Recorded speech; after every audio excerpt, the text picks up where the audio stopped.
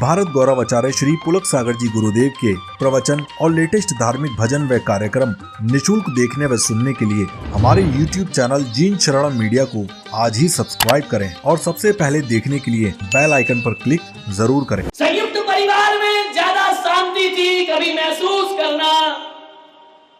एकल परिवार ज्यादा अशांत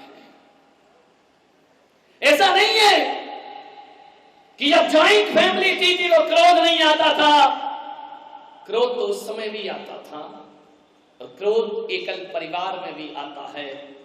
फर्क इतना पड़ जाता है कि यदि पप्पू को मम्मी गुस्सा करके एक चाटा मारती थी तो ननद उठाकर ले जाती थी, चाची उठाकर ले जाती थी। अरे कोई बचाए या ना बचाए, दादी तो बचा ही लिया करती थी। जब छल छल बच्चों के आंसू पहुंच बहते थे, दादी उसे अपनी बाहों में समेट करके कहती थी, बेटा मत रो, अपन मम्मी को मारेंगे, ध्यान रखिए, अपन मम्मी को देख लेंगे, पापा से बताएंगे। अब विचार करें आप, पहले क्रोध जब भी आता था 50-50 ग्राम बट जाता था, अब उतने मेंबर ही नहीं बटेगा कहां से।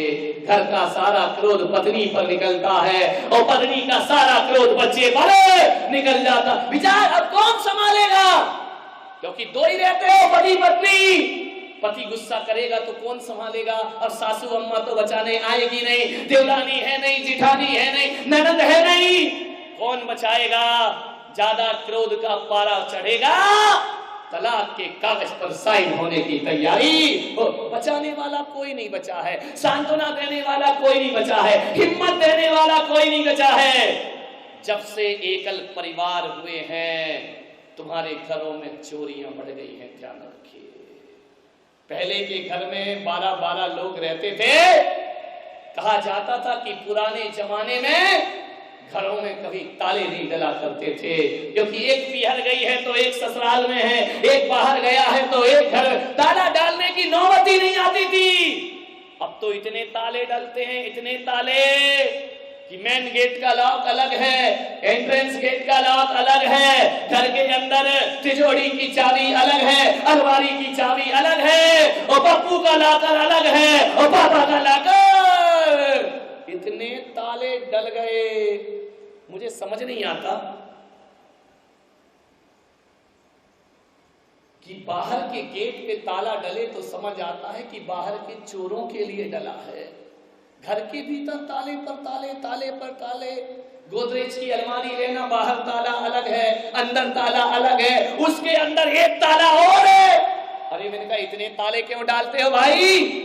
ध्यान रखना, ये ताले बाहर के चोरों के नहीं, मुझे लगता है कहीं ना कहीं घर के चोरों के लिए घर के अंदर ताले डाले जाते। विचार करिए, संयुक्त परिवार था।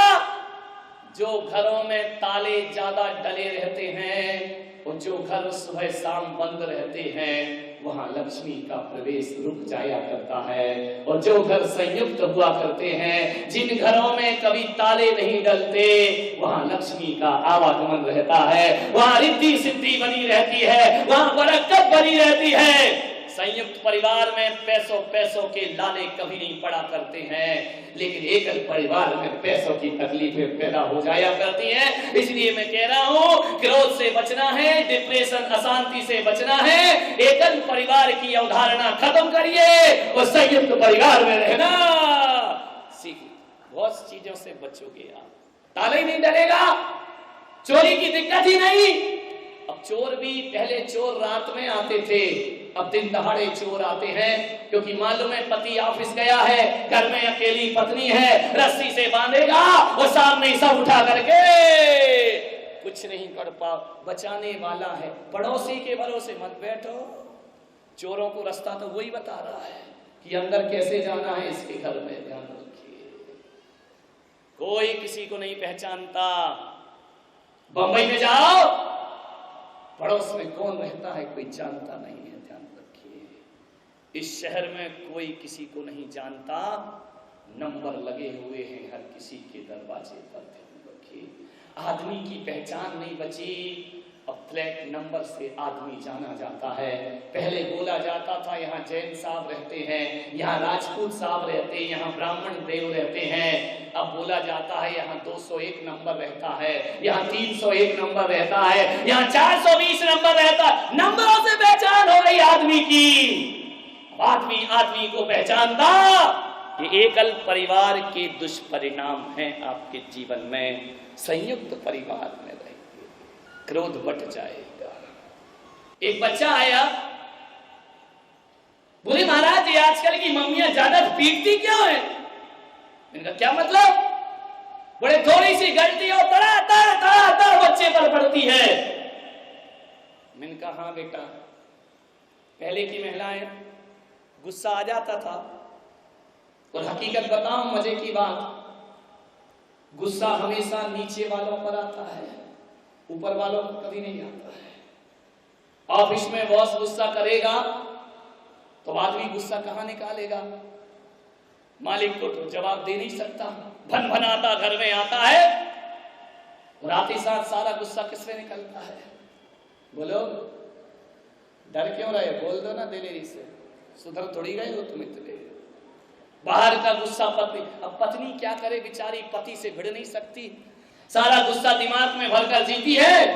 शाम को स्कूल से बच्चा आता है, तड़ा तड़ बच्चे पर पड़ते हैं। मालिक का गुस्सा पति पर, पति का गुस्सा पत्नी पर, पत्नी का गुस्सा पर। अब बच्चा क्या करे? वो माँ बाप को कुछ बोल नहीं सकता है, वो खिलौने तोड़ता है। खिलौने नहीं तोड़ेगा तो काम वाली पर गुस्सा निकालेगा, और काम वाली अब क्या करे, ये कहां गुस्सा निकाले? वो उठा करके बर्तनों पर सारा गुस्सा, इतनी जोर से बर्तन मरेगी। ध्यान रखना, बर्तन ज्यादा साफ कराना हो, काम वाली को गुस्सा दिला देना, लेकिन ये सोच के रखना, चाइना बोन के बर्तन मत रखना, नहीं तो निपटा देगी, 2 टुकड़े हो जाएंगे। जब पीतल के मांज रही हो, स्टील के, तभी गुस्सा दिलाना। और वह सारा गुस्सा या तो बर्तन पर निकालेगी या कपड़े पर निकालेगी। पहले की महिलाओं को गुस्सा आता था ना, तो कपड़े लेकर नदी में जाती थी और इतनी जोर जोर से पीटती थी उस कपड़े को कि सारा क्रोध कपड़े पर निकल जाता था। मैंने कहा बेटा, मम्मियां आजकल इसलिए ज्यादा मारती हैं कि घर का गुस्सा, कपड़े तो ये धोती नहीं है, बर्तन साफ करने वाली अलग से आती है, कपड़े धोने के लिए वॉशिंग मशीन लगा रखी है। अब ये किसको धोए? रामलाल पप्पू तू ही बचता है, तू ही इनसे बेटे रहता, सारा क्रोध तेरे ऊपर निकल। लड़ते पति पत्नी है, पिटता पप्पू है, पोकट में मरता बेचारा, उसका क्या लेना देना? तुम झगड़ रहे, तुम लड़ रहे हो, लेकिन सारा क्रोध किस पर निकलता है? बच्चे पर निकलता। ध्यान रखिए, क्रोध बहुत खराब है। जहां 4 बर्तन होते हैं, वहां खटपट तो डरते, क्यों मेरा गला फड़वा रही है तुम? इतना होने के बाद भी कह रही, वो तो खटपट तो होगी। तुम लाख कोशिश कर लो, कितना भी बोलो, 4 बर्तन है तो खटपट तो, हम सुधरने वाले नहीं। अरे भाई, मत होने दो ये खटपट, रोकिए बर्तनों की टकराहट को। 4 बर्तन हो या 1000 बर्तन हो, आवाज पैदा मत होने दीजिए।